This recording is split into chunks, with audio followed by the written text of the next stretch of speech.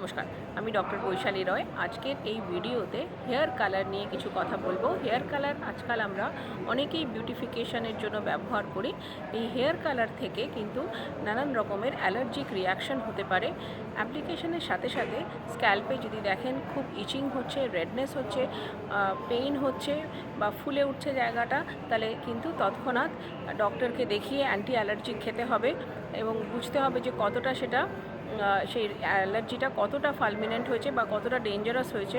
অনেক সময় কিন্তু এই অ্যালার্জি থেকে মুখ চোখও ফুলে উঠতে পারে এবং শ্বাসের কষ্ট পর্যন্ত হতে পারে।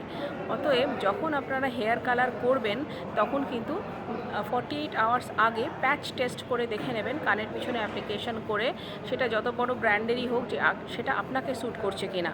এছাড়াও খুব ফ্রিকোয়েন্টলি যদি কেউ হেয়ার কালার করেন তাহলে কিন্তু চুলের গোড়া উইক হয়ে যায়, চুল পড়ে যেতে পারে, চুলে পাক ধরতে পারে আরও বেশি, এবং চুল কিন্তু ফ্রিজি হয়ে যেতে পারে, ব্রিটল হয়ে যেতে পারে, চুল ভেঙে যেতে পারে।